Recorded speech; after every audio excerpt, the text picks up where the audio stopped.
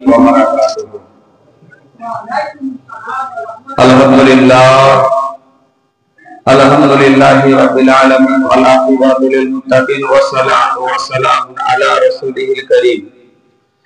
أما بعد فأعوذ بالله من الشيطان الرجيم ببركته والعظمته والحرمات بسم الله الرحمن الرحيم. وما أرسلناك إلا رحمة للعالمين. آمنت بالله صدق الله العظيم وبلغنا رسوله النبي الأمين المتين المبين الكريم ونحن على ذلك لمن الشاهدين والشاكرين والحمد لله رب العالمين. إن الله وملائكته يصلون على النبي يا أيها الذين آمنوا صلوا عليه وسلموا تسليما. الله رب محمد صلى عليه وسلم وعلى جبيه أبدا ظهور وكرما صلوا عليه صلاة وسلام عليك يا رسول الله صلاة وسلام عليك يا حبيب الله صلى الله عليه وسلم. Brother ইসলাম, যাবতীয় তারিফ প্রশংসা বিশ্ব নিয়ন্তা মহান করুণাময় আল্লাহ তাবারক তাআলার নিমিত্তে, যে আল্লাহ কোন শব্দের দ্বারা 11,000 মাখলুকাতকে সৃষ্টি করেছেন, যে আল্লাহ আপনাকে আমাকে আমাদের সকলকে দুনিয়াতে এখন পর্যন্ত জিন্দা জীবিত রেখেছেন, যেই আল্লাহ আপনার আমার জন্য এই জমিনকে মাটিকে বিছানা স্বরূপ বিছিয়ে রেখেছেন, যে আল্লাহ আপনার জন্য সাত তবক আসমানকে সামিয়ানা রূপে ঝুলিয়ে রেখেছেন, সেই আল্লাহর শুকরিয়া ওয়াকে একবার করুন আলহামদুলিল্লাহ। কতবার আপনার নবী আমার নবী তত বিশারা জাহানের নবী কুল কায়নাতের নবী 11,000 মাখলুকাতের নবী নবীদের নবী স্বয়ং আল্লাহর নবী আকাই নামদার মাদানী তাজদার জনাবে মুহাম্মদুর রাসূলুল্লাহ জোরে বলুন সাল্লাল্লাহু আলাইহি ওয়াসাল্লামের প্রতি সহস্র কোটি দরুদ ও সালাম বর্ষিত গর্বিত হোক। সকলে ভক্তি করে উচ্চস্বরে বলুন আল্লাহুম্মা আমিন। বাবজি ভাইরা আমার, পবিত্র জুম্মার দিন আপনি আমি আমরা সকলে উপস্থিত হয়েছি পবিত্র হয়ে পবিত্র ইসলাম খোদার ঘরে। মহান আল্লাহ রাব্বুল আলামিনের কাছে আপনার আমার আমাদের সকলেরই দোয়া কামনা বাসনা প্রার্থনা এটাই, আল্লাহ যেন আমাদের এই আশা এবং বসাটাকে মহান আল্লাহ যেন কবুল করে। বলুন আল্লাহুম্মা আমিন। আল্লাহর পবিত্র কালাম কোরআন, যেহেতু মাস চলছে রবিউল আউয়াল মাস, আজ রবিউল আউয়াল মাসের 26 তারিখ। এই রবিউল আউয়াল মাসে বিশ্বনবী আকরাম মুস্তাফা জনাবে মুহাম্মদুর রাসূলুল্লাহ সাল্লাল্লাহু তাআলা আলাইহি ওয়াসাল্লাম আমার দুনিয়াতে আবির্ভাব হয়েছিলেন। বিশ্বনবী আকরাম মুস্তাফা আগমন অর্থে নবী এই মাসে এসেছিলেন বলে এই মাসের শান শওকত রমজান মাসের থেকে উঁচু। জোরে বলেন, রোজার মাসের চাইতে এই মাসে শান ও মান বেশি। আপনি বলবেন মাওলানা কেমন কথা বলছেন, রোজার মাসে কোরআন নাজিল হয়েছে। আল্লাহ কোরআনে লিখেছে শাহরু রমাদান আল্লাযী উনজিলা ফীহিল কুরআন। আমার আল্লাহ বলে আমি কোরআনে পাক অবতীর্ণ করেছি পবিত্র রমজান মাসে। কিন্তু বিরাদার ইসলাম, আপনি আমি বলবো আপনার আমার হিসাব নিকাশ এটাই যে রব্বুল আলামিন পাক পরওয়ারদিগারে আলাম এই পবিত্র কালামকে রমজান মাসে নাজিল করেছিলেন, অবতীর্ণ করেছিলেন। এই মাসটাই হচ্ছে সবথেকে পবিত্র, এই মাস হচ্ছে সবথেকে বেহতার বা আফজাল। কিন্তু বিরাদার ইসলাম, আপনার আমার মনের ধারণা এটাই যে রমজান মাসে কোরআন এসেছিলেন, কিন্তু রবিউল আউয়াল মাসে কোরআন ওয়ালাই এসেছিলেন। কথা কি না?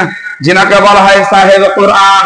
আসুন বিশ্বনবী আকরাম মুস্তাফা হযরতে শেরে খোদা হায়দারে কাকার আলী কাররামুল্লাহ ওয়াজহু আমার সুবহানাল্লাহ দুজনে একসঙ্গে সুবহানাল্লাহ সফর করতে যাচ্ছেন, কোন জায়গা ভ্রমণে যাচ্ছেন, কোন জায়গা ঘুরতে যাচ্ছেন। এই বাবজিরা আমার সুবহানাল্লাহ, ওই সময়তে বিশ্বনবী আকরাম মুস্তাফার সঙ্গে হযরতে শেরে খোদা আলী কাররামুল্লাহ ওয়াজহু আমার সঙ্গে রয়েছেন। ভালো করে শুনবেন, হযরতে আলী নবীর সঙ্গে আছেন, রাস্তা চলতে আছেন। বিশ্বনবী আকরাম মুস্তাফা আমার বলেন, আলী ক্লান্ত হয়ে গেছে, একটু এই জায়গাতে বসে গাছের তলে বসে একটু বিশ্রাম নেওয়া যায়। বাপজি ভাইরা আমার সুবহানাল্লাহ, আল্লাহর নবী আকরাম মুস্তাফার সঙ্গে শেরে খোদা আছেন হযরতে আলী। হযরতে আলীকে আমার বিশ্ব নবী বলেন, ও আলী চলতে চলতে হাঁটতে হাঁটতে যেন ক্লান্ত হয়ে গেছি, আলী এই জায়গাতে বসে একটু বিশ্রাম নেওয়া যাক, এই গাছের নিচে বসে একটু বিশ্রাম নেওয়া যাক। ও বাবাজি ভাইরা, বিশ্ব নবী আকা মুস্তাফার কথা অনুযায়ী হযরতে শেরে খোদা আলী কাররামুল্লাহ ওয়াজহু আমার একটা গাছের তলায়, একটা গাছের ছায়ার নিচে যেন বসে বললেন। যেমন হযরতে আলী আমার বসে গেলেন, ওই সময় বিশ্ব নবী আকা মুস্তাফা শেরে খোদা আলীর কোলের উপরে মাথা দিয়ে নবী পাক আমার আরাম করতে লাগলেন। কোলে মাথা দিয়ে আরাম করছেন বাবজি আমার, সুবহানাল্লাহ। আর এই কোলে মাথা, এই কোলে মাথা দেওয়া, বুঝতে পারছেন যে কি জিনিস?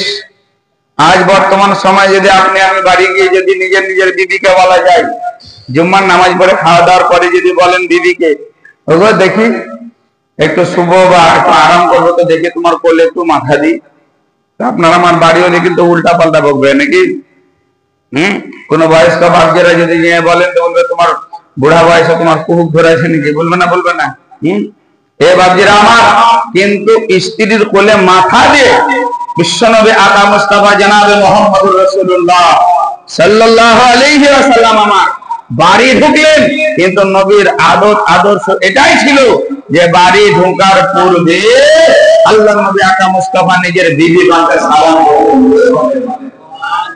আজ আপনি আমি যদি নিজের বাড়িওয়ালিকে সালাম করি, বুঝতেছেন, বাড়ি ঢোকার পর, আর পার্শ্বে বাড়ির লোক যদি বুঝতেছেন শুনতে পাই, ধরেন আমি বাড়ি ঢুকলাম, ঢোকার পরে বিবিকে সালাম দিলাম, পার্শ্বে বাড়ির লোক বা কেউ যদি দেখে পাইছেন যে মৌলভী সাহেব বাড়ি ঢুকলে রে নিজের বাড়িওয়ালিকে সালাম করছে, তাহলে দেখনেওয়ালা বলবে, রে দেওয়ান পাড়ার মৌলভীকে দেখলাম না কি, না তো একদম ভরুয়া হয়ে গেছে, একদম ভরুয়া হয়ে গেছে, না তো কেন রে আর বিবিকে আর স্ত্রীকে আগে সালাম দিচ্ছে। কিন্তু আপনি আমি যে বললাম যে ভরুয়া হয়ে গেছে, কারণ আপনার আমার মধ্যে শিক্ষা দীক্ষা নেই। ইসলামিক যদি শিক্ষা আপনার আমার ভিতরে থাকতো, তাহলে বিবিকে সালাম দেওয়া জিনিসটা কি আপনি আমি বুঝতে পারতাম। বিশ্বনবী আকা মুস্তাফা আমার বলেন যে আমি, সুবহানাল্লাহ, কিতাবের মধ্যে আছে রাসূলুল্লাহ যেমন বাড়ি ঢুকতে নিজের বিবিগণকে সালাম করতেন। দুনিয়ার কোন মানুষ, নবীর কোন উম্মত, আল্লাহর কোন বান্দা যদি বাড়ি ঢোকার পূর্বে নিজের বিবিগণকে সালাম করে, নেকি তো হবে, নবী পাকের সুন্নাত আদায় হবে। আর নবী বলেছেন যে আমার একটা সুন্নাত বহাল করে কোন আমার উম্মতি যদি দুনিয়া ছেড়ে আসতে পারে, তাহলে ওই উম্মতের প্রতি আমার সাফায়াত ওয়াজিব হয়ে যাবে। বলেন, তাহলে এই সালাম দেওয়া আদান প্রদানটা যদি আপনার ভিতরে থাকে, তাহলে একটা রাসূলুল্লাহর সুন্নাত আমি মেনে চলছি, বহাল করছি। এই বিরাদার ইসলাম দেখা যাবে ইন্তেকালের পর, সুবহানাল্লাহ বিরাদার, আমার নবী পাক সাল্লাল্লাহু আলাইহি সাল্লামের সুবহানাল্লাহ সাফায়াতের হকদার হয়ে যাব। ওই রূপ বিশ্বনবী আকা মুস্তাফা আমার সুবহানাল্লাহ বাড়ি ঢুকলেন, আর বাড়ি ঢোকার পর নিজের বিবি হযরতে উম্মুল মুমিনিন হযরত আয়েশা সিদ্দিকা রাদিয়াল্লাহু তাআলা আনহার কোলের উপরে মাথা দিয়ে আমার বিশ্বনবী আরাম করতেছেন। বলে বলেন সুবহানাল্লাহ। আপনার আমার দিদি নয়, সারা জাহানের কোন রমণীর মতো নন, তিনি হযরতে উম্মুল মুমিনিন, যিনি হচ্ছেন মুমিনগণের মা হযরত আয়েশা সিদ্দিকা রাদিয়াল্লাহু তাআলা। বিশ্বনবী আকা মুস্তাফা আবার বলেন, আমার বাড়িতে আমার সংসারে হযরতে আয়েশা সিদ্দিকা রাদিয়াল্লাহু তাআলা আনহাকে আমি সুবহানাল্লাহ 9 বছর বয়সে আমি নিয়ে গিয়েছিলাম। এই মুআজ্জাজ বিরাদারান ইসলাম হযরতে আয়েশা সিদ্দিকা রাদিয়াল্লাহু তাআলা আনহা, এই বিরাদারান ইসলাম নবী পাকের সুবহানাল্লাহ মাথা মোবারকটা নিজের কোলে রেখে রাখার পর বিশ্বনবী আকা মুস্তাফার সুবহানাল্লাহ দাড়ি মোবারক এবং চুল মোবারক হযরতে উম্মুল মুমিনিন আয়েশা সিদ্দিকা রাদিয়াল্লাহু তাআলা আনহা যেন নাড়াচাড়া করতে আছেন। নাড়াচাড়া করতে হযরতে নবী পাক সাল্লাল্লাহু আলাইহি ওয়াসাল্লামের চুল মোবারক এবং দাড়ি মোবারক উনি দেখলেন সুবহানাল্লাহ 18 কম বেশি 19টা যেন থেকে গিয়েছে। হযরত আয়েশা সিদ্দিকা রাদিয়াল্লাহু তাআলা আনহা নবীর চুল সুবহানাল্লাহ পেকে গেছে। এই পেকে যাওয়ার কারণে হযরত আয়েশা সিদ্দিকা অনুভব করেন এটাই নবীর চুল সাদা হয়ে গেছে, নবীর চুল পেকে গেছে। মনে হয় আমার বিশ্ব নবী আর বেশি দিন দুনিয়ার মুখে থাকবে না। এই চিন্তাতে নবীর অর্ধাঙ্গিনী জীবন সঙ্গিনী উম্মাহাতুল মুমিনিন আয়েশা সিদ্দিকা রাদিয়াল্লাহু তাআলা আনহা কান্না করছে, জোরে বলেন সুবহানাল্লাহ। আর আপনার আমার সবই পাকে গেল, কিন্তু কোনদিন বাড়ি হলি একটু আফসোসও করলো না, করলো কি করবে না। এই মুআজ্জাজ বিরাদার তারই জন্য বলা হয়েছে যে সুবহানাল্লাহ, কিয়ামতের দিন কেউ কার হবে না। তারই জন্য নিজের আমলনামা নিজে মজবুত করুন, নিজের আমলনামাটা পাকাপোক্ত করে নিন। কিয়ামতের দিন যদি কিঞ্চিত সুবহানাল্লাহ নেকির জন্য যদি বিবির কাছে যান, বিবি দেবে না। ছেলের কাছে যান, ছেলে দেবে না। সুবহানাল্লাহ, মেয়ের কাছে যান, মেয়ে যাবে না। ভাইয়ের কাছে যান, ভাই দেবে না। আপনাকে এক কথাই বলে দিবে, আমি তো আমাকেই নিয়ে ব্যস্ত, তোমাকে কি দিব। ভাইরা আমার, বলার উদ্দেশ্য হচ্ছে একটাই, যে দুনিয়াতে বেঁচে থাকা কালীন নিজের আমলনামাটাকে মজবুত করে নিন, নিজের আমলনামাটাকে পাকাপোক্ত করে নিন। আসুন, বলতেছিলাম এটাই যে বিশ্ব নবী আকা মুস্তাফা সুবহানাল্লাহ বিরাদার ইসলাম হযরত শেরে খোদা আলীর কোলে মাথা দিয়ে যেন আরাম করছে। আল্লাহর নবী আকা মুস্তাফা পবিত্র মাথা মোবারকটা সুবহানাল্লাহ শেরে খোদা আলীর যেন কোলে রয়েছে। হযরত আলী কাররামাল্লাহু ওয়াজহু আমার বিশ্ব নবীর সুবহানাল্লাহ মাথা মোবারকটা কোলের উপরে নিয়ে যেন বসে আছে। আল্লাহর নবী তিনি যেন আরাম করতেছেন। নবীরা কখনো ঘুমায় না। কিতাবের মধ্যে লেখা আছে নবীদের দিল ঘুমায় কিন্তু চোখ ঘুমায় না। নবীদের চোখ ঘুমায় কিন্তু তাদের দিল ঘুমায় না। এ মুআজ্জাজ বিরাদার ইসলাম, বিশ্ব নবী আকা মুস্তাফা আমার সুবহানাল্লাহ আরাম করতেছেন। শেরে খোদা হযরত আলী কাররামাল্লাহু ওয়াজহু আমার সুবহানাল্লাহ নবীর মুখমণ্ডলের দিকে তাকাচ্ছেন, আকাশের চন্দ্রের দিকে যেন তাকাচ্ছেন, মুখমণ্ডলের দিকে তাকাচ্ছে, আকাশের সূর্যের দিকে তাকাচ্ছে, মুখমণ্ডলের দিকে তাকাচ্ছে নবী এবং আকাশের সূর্যের দিকে তাকাচ্ছে। কারণ হচ্ছে একটাই, বিশ্ব নবী আমার কোলের উপরে মাথা দিয়ে আরাম করছে, আর এদিকে সূর্য যেন অস্ত চলে যাচ্ছে। আলী শেরে কথা বলেন যে নবী আমার নবী আমার কোলের উপরে মাথা দিয়ে আরাম করছেন, আর এদিকে আমার আসরের নামাজ মনে হয় যে কাজা হয়ে যাবে। আসরের নামাজ কাজা হবে। আসরের শেরে খোদা আলী কাররামাল্লাহু ওয়াজহু আমার বলেন যে জীবনে কোনোদিন আমি কাজা নামাজ পড়িনি। জোরে বলেন। আর আমার গে কাজা হি কাজা নাকি? একজন বলছে কত কাজা পড়বো নাকি, তার মানে না পড়াই ভালো নাকি, বুঝছেন?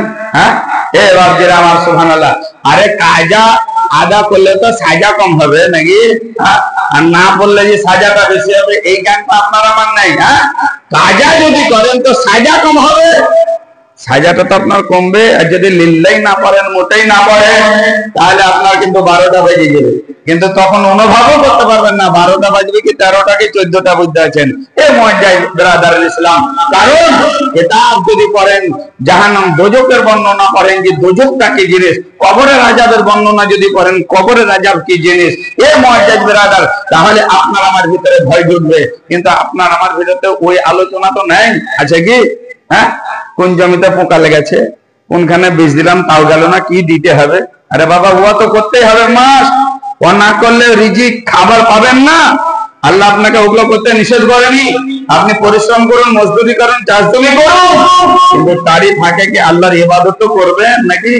কিন্তু নিজেরই সুবহানাল্লাহ খোরাকের ইবাদত করতে করতে জিন্দেগানিটা কাটিয়ে দিলেন। এমনও পৃথিবীতে, এমনও দুনিয়াতে মানুষ আছে যারা সুবহানাল্লাহ পশ্চিম দিকে এখন পর্যন্ত ছিল না, একটা সস্তাও পর্যন্ত যায়নি। এ মুআজ্জাজ ইসলাম, তাই হোক, আমি বলতেছিলাম এলাই হযরত আলী কেবলমাত্র এক ওয়াক্ত নামাজের জন্য কান্না করছেন। কোনটা? আসরের নামাজ কাজা হয়ে যাবে। আপনার আমার মতো সাধারণ মানুষ নন উনি, উনি হচ্ছেন নবীর সাহাবী। জোরে সুবহানাল্লাহ বলেন। নবীর সাহাবী, ওনার কি নেকির কমি আছে? নেকির কমি আছে। তথাপি কেন একদম এক ওয়াক্ত নামাজ কাজা হলে তো কি আছে হেজ্ঞা, হ্যাঁ, কিন্তু তথাপি কাঁদছেন। বাপজি ভাইরা আমার, সূর্য ডুবে যাচ্ছে, আলী হযরত নবী সাল্লাল্লাহু আলাইহি ওয়াসাল্লামের মুখের দিকে তাকাতেন আর বলছেন, এই সমাতে আমার নবী আমার কোলে মাথা দিয়ে আরাম করেছেন। নবীকে যদি এখন আমি জায়গায়, তাহলে নবীর আরামের জায়গা হয়ে যাবে। নবী যদি আমার প্রতি নারাজ হয়ে যায়, আল্লাহ পাক আমার প্রতি নারাজ হবে। ইসরাদারুল ইসলাম হযরত শেরে খোদা আলী কাররামুল্লাহ ওয়াজহু আমার বিশ্ব নবীর মুখের দিকে দেখছে, আকাশের সূর্যের দিকে যেন দেখছে। আলী কাররামুল্লাহ ওয়াজহু বলছেন, এটাই আমার নামাজ কাজা হয়ে যাবে, নামাজ কাজা হয়ে যাবে, নামাজ কাজা হয়ে যাবে তো কিন্তু নবীর মহব্বত যেন কাজা না হয়। তার জন্য তো বলা হয়েছে, शायर बने नमाज काजा हो तो फिर भी आधा हो, नमाज काजा हो तो फिर भी आधा हो, और मोहब्बत काजा हो तो कैसा आधा हो। नमाज काजा হয়ে গেলে পরবর্তীতে আদা করা যাবে, কিন্তু মোহব্বত কাজা হয়ে গেলে ওই মোহব্বতটা আদা করা যাবে না। বিশ্ব মুস্তাফার মুখের দিকে আলী তাকায়, আকাশের সূর্যের দিকে তাকায়, তাকানোর পরে নিজে নিজে যেন চিন্তা করে, নামাজের কথা আমি ভাবছি, আর যিনি নামাজ নিয়ে এসেছেন, যিনাকে বলা হয় সাহেবে নামাজ, যিনাকে বলা হয় সাহেবে কোরআন, যিনি কোরআন এনেছেন, যিনি নামাজ এনেছেন, নামাজ আননে वाला সাহেবে কোরআন, সাহেবে নামাজ আমার কোলে মাথা দিয়ে আরাম করতেছে। কিন্তু তথাপি আলীর মন মানে না। হযরতে আলী কাঁদছে, জোরে সুবহানাল্লাহ বলেন, আর একটু জোরে বলেন। নামাজ কাজা হয়ে যাচ্ছে, তা আলী কাঁদছেন, আর আপনি আমি হেসে পার করে দিই নাকি? সারা জিন্দেগানি জীবন ভর সুবহানাল্লাহ নামাজ আদা করলাম না, কিন্তু ওই ব্যক্তি যখন মারা গেছে তখন মনে হচ্ছে পীর সাহেব মারা গেল। এ বাতিরা ভাইরা আমার, আপনারা দেখেছেন এখন সুবহানাল্লাহ মিডিয়া ফেসবুকের যুগ, ইউটিউব ফেসবুক। 14 তারিখ সুবহানাল্লাহ ফাকিহে বাঙ্গাল বুঝেছেন, মুফতি আজমে বাঙ্গাল, যিনি পশ্চিম বাংলার সব চাইতে বড় মুফতি ছিলেন, সুবহানাল্লাহ।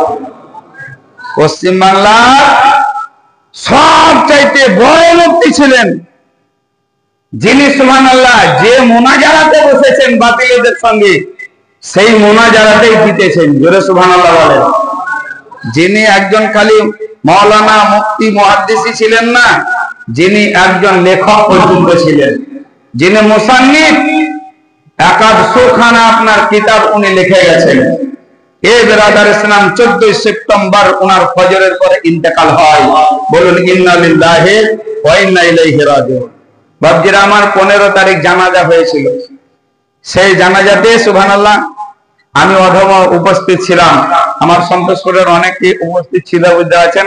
হ্যাঁ, তো যাই হোক বাপজিরা আমার, তো আল্লাহওয়ালা লোক, সম্মানী লোকের সুবহানাল্লাহ বেরাদার ইসলাম, আল্লাহ কোরআন থেকেই লিখেছে, বুঝতে পারছেন, কত ইজ্জু মান তাসা ওয়া তুযিল্লু মান তাসা।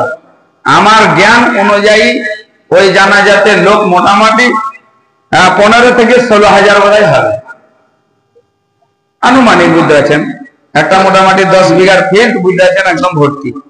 তো সুবহানাল্লাহ খালি আমাদের পশ্চিম বাংলার নয়, বিহারের নয়, মুর্শিদাবাদ বীরভূমের নয়, বুঝতে পারছেন, ইউপি উত্তরপ্রদেশের লোক পর্যন্ত ওনার জানাজাতে শামিল হয়েছে।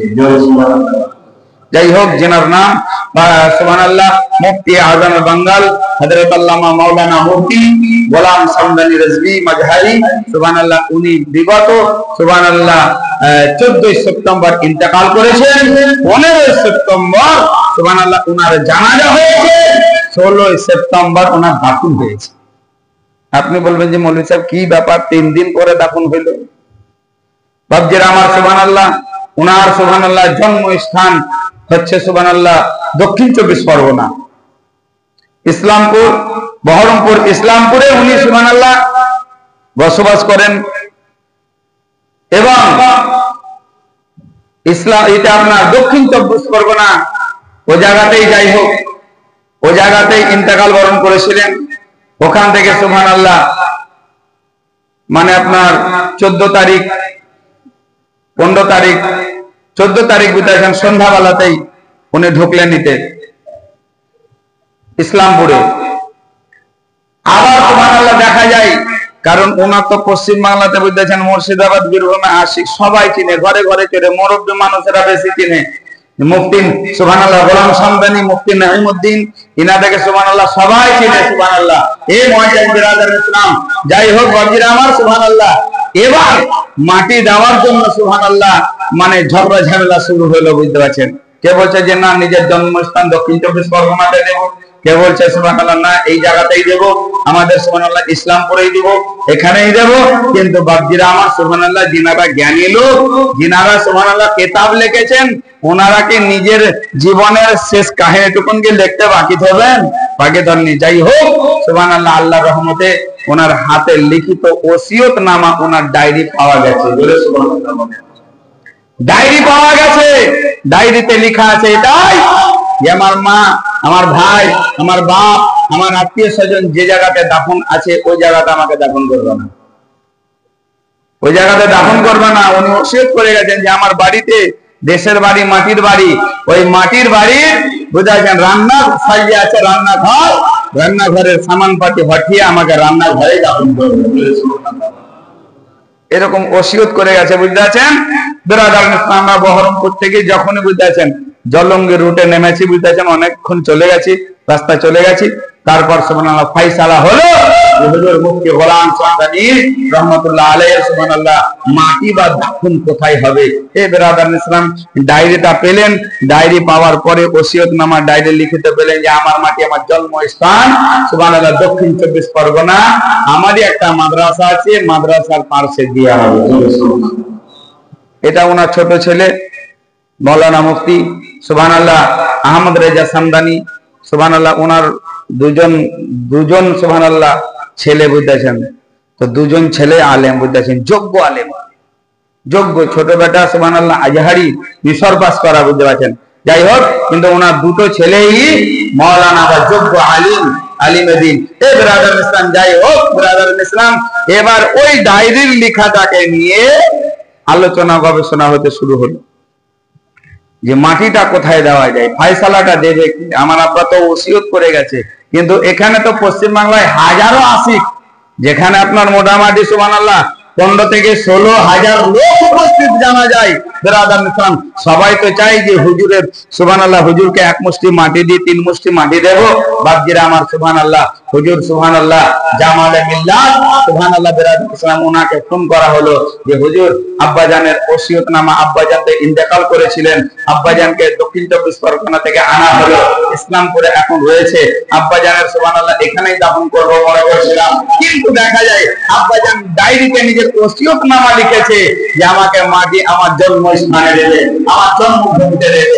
হুজুর জামালে মিল্লাত সুবহানাল্লাহ ইনি বললেন যে তোমার আব্বাজানের ওসিয়ত অনুযায়ী তোমার আব্বাজানকে ওই জায়গাতেই দাফন করে দাও, 24 পরগনাতেই দাফন করে দেওয়া। বাপজিরা আমার, এখানে আমরা নামাজ আদা করলাম, জানাজার নামাজ আদা করার পর সুবহানাল্লাহ চলে গেলেন। কিন্তু পশ্চিম বাংলা মুর্শিদাবাদ যত লোক জানাজাতে হাজির ছিলেন তাদের জন্য, তাদের কাছে ওনার ছেলে সুবহানাল্লাহ মুফতি আহমদ রেজা সামদানি, ইনি কিন্তু সুবহানাল্লাহ ক্ষমা চাইলেন যে আমার আব্বাজানকে আপনাদের হাতে দাফন করতে পারলাম না, এর কারণে আপনারা আমাকে সবাই ক্ষমা করবেন। আব্বাজানের ওসিয়ত অনুযায়ী আব্বাজানকে দক্ষিণ চব্বিশ পরগনায় নিজের জন্মভূমিতে দাফন করব। আপনাদের জন্য এটাই থাকলো, যদি কোনো মানুষ আব্বার আশিক, কেউ যদি প্রেমিক ভক্ত হন, তাহলে আব্বাজানকে 16 সেপ্টেম্বর সকাল 8টার সময় দাফন করবো, যেতে পারেন। সমস্ত অ্যাড্রেস বাদ দিয়ে দিলেন। তো বাপজিরা আমার, হযরত সুবহানাল্লাহ পশ্চিম বাংলার মুফতি আজমে বাঙ্গাল, সমস্ত মুফতি সুবহানাল্লাহ সব থেকে বড় মুফতি, এই বিরাদার মুফতি তো মুফতি, তিনি একজন সুবহানাল্লাহ লেখক মুসান্নিফ ছিলেন, ওনার ইন্তেকাল হয়ে গেছে। বাপজিরা আমার সুবহানাল্লাহ, রব্বুল আলামিন পরওয়ারদিগার আলম কোরআনে বললেন সুবহানাল্লাহ মওতের কাছে মুফতি চলবে না, মাওলানা চলবে না, মুহাদ্দিস চলবে না, মাস্টার চলবে না, ডাক্তার চলবে না, কারণ মওত সবার জন্য অনিবার্য, সবাইকে। কিন্তু মওতের আগে, মরণের আগে নিজেকে মরে যেতে হবে, এরকম জীবন তৈরি করে যেতে হবে। এ মুআজ্জাজ বিরাদার ইসলাম, শেষে দেখা গেল হুজুর মুফতি গোলাম সামদানি রাহমাতুল্লাহ আলাইহি সুবহানাল্লাহ ওনার ছোট্ট ছেলে বললেন যে আমার আব্বাজানকে কি অসুখ হয়েছিল আপনারা জানেন না, প্রকাশ করে দিলেন। উনি বললেন এটাই যে আমার আব্বাজানকে সুবহানাল্লাহ ব্রাদারের ইসলাম কেমো নিতে বলেছিল, কেমো নিতে বলেছিল। আপনি আমি অনুভব যে ক্যান্সার নাকি বলছেন, কেমোর ব্যাপার মানে ক্যান্সার নাকি বুঝেন? হ্যাঁ, ক্যান্সার ছাড়া তো কেমো অন্য জিনিসে দেয় না, দেয় কি? আর যদিও দেয় তাহলে আমার মতন আমার জানা নেই। কিন্তু সুবহানাল্লাহ হুজুর মুফতি গোলাম সামদানি রাহমাতুল্লাহ আলাইহি বলেছিলেন ডাক্তারকে যে আমাকে লিখিত দিতে হবে, কেমো আমাকে মারবেন, লিখিত দিতে হবে, আমার দাড়ি যেন না ঝরে যায়। কি বলেন? আমার দাড়ি যেন না ঝরে যায়। ডাক্তার বলেছিলেন যে আপনার দাড়ি ঝরবে না, কিন্তু বলেছেন আপনার মুখের কথা চলবে না, আমাকে লিখিত দিতে হবে, আমার দাড়ি যেন না ঝরে যায়। হুজুর মুফতি গোলাম সামদানি বলছেন এটাই যে আমি মরতে রাজি রয়েছি, কিন্তু রাসূলুল্লাহর সুন্নতকে ঝরতে দিতে রাজি না। আরে আশিকে আলা হযরত শুনেছেন, তিনি একদম সুবহানাল্লাহ সুন্নাতের প্রচারকারী হযরত মুফতি গোলাম সামদানি রাহমাতুল্লাহ আলাইহি। আল্লাহ পাক জান্নাতে সুবহানাল্লাহ জান্নাতের উঁচু মাকাম, উঁচু স্থান যেন দান করে। আল্লাহু আমিন। কারণ জগৎ খুঁজলেও আর এরকম সুবহানাল্লাহ মুফতি সাহেব পাওয়া যাবে না, আর উনার মতো আর কেউ হবে না। এই মুআজ্জাজ ব্রাদার, তারই জন্য বলা হয়েছে ব্রাদার ইসলাম জীবন এমনই তৈরি করতে হবে যেই হুজুর মুফতি গোলাম সামদানি রাহমাতুল্লাহ আলাইহির জন্য সারা পশ্চিম বাংলার সুবহানাল্লাহ আলেম তো আলেম, সাধারণ মানুষ পর্যন্ত এখন পর্যন্ত কান্না করছে। স্টেজে বক্তব্য দিতে গিয়ে বড় বড় বক্তারা সুবহানাল্লাহ তাদেরও সুবহানাল্লাহ তারাও যেন কান্না করে ফেলছে যে আমাদের সুবহানাল্লাহ দাওয়াত তো দিয়েছেন, আমরা তো প্রোগ্রামে এসেছি বক্তব্য দেওয়ার জন্য, কিন্তু মনের গতি ভালো নেই, কারণ পশ্চিম বাংলার বিখ্যাত মুফতি সাহেবের ইন্তেকাল হয়ে গেছে। এই মুআজ্জাজ ব্রাদার ইসলাম, যাই হোক তার কিতাবের মধ্যে আছে একটা আলেমের মত মানে সারা জগতেরই মত ধরে বলেন। যাই হোক বাজির আমার, মহান আল্লাহ রাব্বুল আলামিন পাক পরওয়ারদিগারে আলাম যেন আমাদের সকলকে সুবহানাল্লাহ যেন নেক আমল করার তৌফিক দান করে। বলতেছিলাম এটাই শেরে খোদা হযরত আলী কাররামুল্লাহ ওয়াজহু নবীর মুখের দিকে তাকাচ্ছে আর আকাশের সূর্যের দিকে তাকাচ্ছে, সূর্য ডুবে যাচ্ছে। এই পর্যন্ত সুবহানাল্লাহ থাকলো। আল্লাহ পাক যদি হায়াতে রাখে তো আগামীতে শোনাবো। কারণ নামাজ এমনই একটা